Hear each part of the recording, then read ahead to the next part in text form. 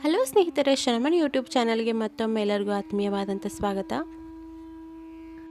ಪ್ರತಿಯೊಬ್ಬ ವ್ಯಕ್ತಿಯು ಜೀವನದಲ್ಲಿ ಮುಖ್ಯವಾದ ಒಂದು ಕನಸಂದರೆ ಸುಖ ಮತ್ತು ನೆಮ್ಮದಿಯಿಂದ ಬದುಕಬೇಕನ್ನೋದು.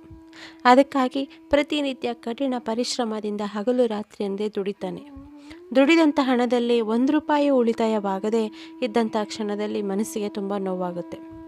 ಹೀಗೆ ಎಷ್ಟು ಕಷ್ಟಪಟ್ಟು ದುಡಿದ್ರೂ 1 ರೂಪಾಯಿ ಉಳಿತಾಯವಾಗಲ್ಲ ಅಂತ ಅಂದಾಗ ಮನಸ್ಸಿಗೆ ನೋವಾಗೋದಂತೂ ಸಹಜ.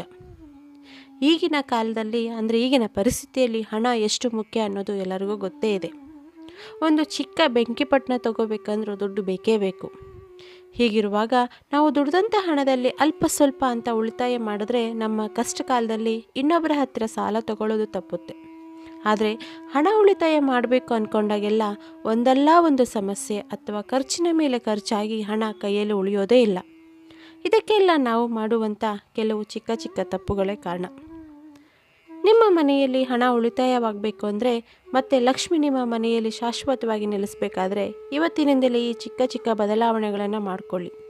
ಆವಾಗ ಹಣದ ಉಳಿತಾಯದ ಜೊತೆಗೆ ಆರ್ಥಿಕ ಅಭಿವೃದ್ಧಿಯೂ ಸಹ ಆಗುತ್ತೆ. ಹಣ ಉಳಿತಾಯವಾಗಬೇಕು, ನಮ್ಮ ಮನೆಯ ಆರ್ಥಿಕ ಅಭಿವೃದ್ಧಿ ಆಗಬೇಕು ಅಂತಂದರೆ ಈ ಚಿಕ್ಕ ಬದಲಾವಣೆಗಳನ್ನು ನೀವು ಮಾಡಿಕೊಳ್ಳೇಬೇಕು.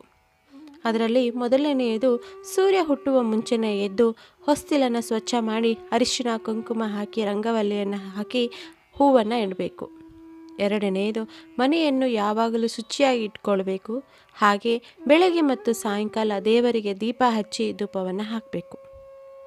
ಮೂರನೆಯದು, ಸಾಯಂಕಾಲ 6ರಿಂದ 7 ಗಂಟೆಯ ಸಮಯದಲ್ಲಿ ನಿಮ್ಮ ಮನೆಯ ಮುಖ್ಯ ದ್ವಾರ ಸ್ವಲ್ಪವಾದರೂ ತೆರೆದಿರಬೇಕು. ನಾಲ್ಕನೆಯದು, ಪ್ರತಿನಿತ್ಯ ಮನೆಯನ್ನು ಒರೆಸುವಾಗ ಸ್ವಲ್ಪ ಅಥವಾ ಒಂದು ಚಿಟಿಕೆ ಅರಿಶಿನವನ್ನು ಹಾಕಬೇಕು. ವಾರಕ್ಕೆ ಒಮ್ಮೆಯಾದರೂ ಗೋಮೂತ್ರವನ್ನು ಹಾಕಿ ಮನೆಯನ್ನು ಸ್ವಚ್ಛ ಮಾಡಬೇಕು. ಐದನೆಯದು, ಹೊರಗಿನಿಂದ ಮನೆಯ ಒಳಗಡೆ ಬರುವಾಗ ಕಾಲನ್ನು ತೊಳೆದುಕೊಂಡು ಒಳಗೆ ಬರಬೇಕು. ಆರನೇದು, ಮನೆಯ ಅಕ್ಕಪಕ್ಕದಲ್ಲಿ ಅಥವಾ ಮನೆಯ ಸುತ್ತಮುತ್ತಲಲ್ಲಿ ಮುಳ್ಳಿನ ಗಿಡಗಳು ಇರದಂತೆ ನೋಡ್ಕೊಳ್ಬೇಕು. ಏಳನೇದು, ನಿಮ್ಮ ಪರ್ಸ್ ಅಥವಾ ಲಾಕರ್ಗಳಲ್ಲಿ ಸಂಪೂರ್ಣವಾಗಿ ಹಣ ಖಾಲಿಯಾಗದಂತೆ ನೋಡ್ಕೊಳ್ಬೇಕು. ಹಾಗೆ ಜೊತೆಗೆ ಹಣವನ್ನು ಎಲ್ಲಿ ಎಂದರಲ್ಲಿ ಇಡಬಾರ್ದು. ಹಣವನ್ನು ಯಾವಾಗಲೂ ನಾವು ಜೋಪಾನವಾಗಿ ಬೀರುವಿನಲ್ಲಿ ಅಥವಾ ಲಾಕರ್ನಲ್ಲಿ ಇಟ್ಟು ಜೋಪಾನ ಮಾಡಬೇಕು. 9ನೇದು, ರಾತ್ರಿ ಊಟವಾದ ಮೇಲೆ ಎಂಜಲು ಪಾತ್ರೆಗಳನ್ನು ರಾತ್ರಿಯೇ ಕ್ಲೀನ್ ಮಾಡಿ ಅಡುಗೆ ಮನೆಯನ್ನು ಸ್ವಚ್ಛ ಮಾಡಿ ಮಲ್ಕೊಳ್ಬೇಕು. 10ನೇದು, ದೇವರ ಮನೆಯಲ್ಲಿ ಸದಾ ಬೆಳಕು ಇರುವಂತೆ ಚಿಕ್ಕ ಲೈಟನ್ನು ಹಾಕಿರಲೇಬೇಕು. 11ನೇದು, ಸೋಮವಾರದಂದು ಹೆಣ್ಣು ಮಕ್ಕಳು ತಲೆಗೆ ಎಣ್ಣೆ ಹಚ್ಚಿಕೊಳ್ಳಬಾರದು. 12ನೇದು, ಮನೆಯಲ್ಲಿ ಪ್ರತಿದಿನ ಬೆಳಗ್ಗೆ ವಿಷ್ಣು ಸಹಸ್ರನಾಮವನ್ನು ಕೇಳಬೇಕು. ನೋಡಿದ್ರಲ್ಲ ಸ್ನೇಹಿತರೆ, ಎಂಥ ಚಿಕ್ಕ ಪುಟ್ಟ ಬದಲಾವಣೆಗಳನ್ನು ಮಾಡ್ಕೊಳ್ಬೇಕು ಅಂತ. ಈ ಬದಲಾವಣೆಗಳನ್ನು ಇವತ್ತಿನಿಂದಲೇ ಮಾಡಿಕೊಂಡು ಅವುಗಳನ್ನು ಪಾಲಿಸಿ. ಮನೆಯ ಆರ್ಥಿಕ ಅಭಿವೃದ್ಧಿಯಾಗುತ್ತೆ, ಹಾಗೆ ನೆಮ್ಮದಿಯ ಜೀವನ ಸಾಗಿಸೋಕ್ಕೂ ಒಂದು ದಾರಿಯಾಗುತ್ತೆ. ಈ ಒಂದು ಮಾಹಿತಿ ನಿಮಗೆ ಇಷ್ಟವಾದಲ್ಲಿ ನಮ್ಮ ಚಾನಲನ್ನು ಲೈಕ್ ಮಾಡಿ, ಶೇರ್ ಮಾಡಿ, ಕಮೆಂಟ್ ಮಾಡಿ.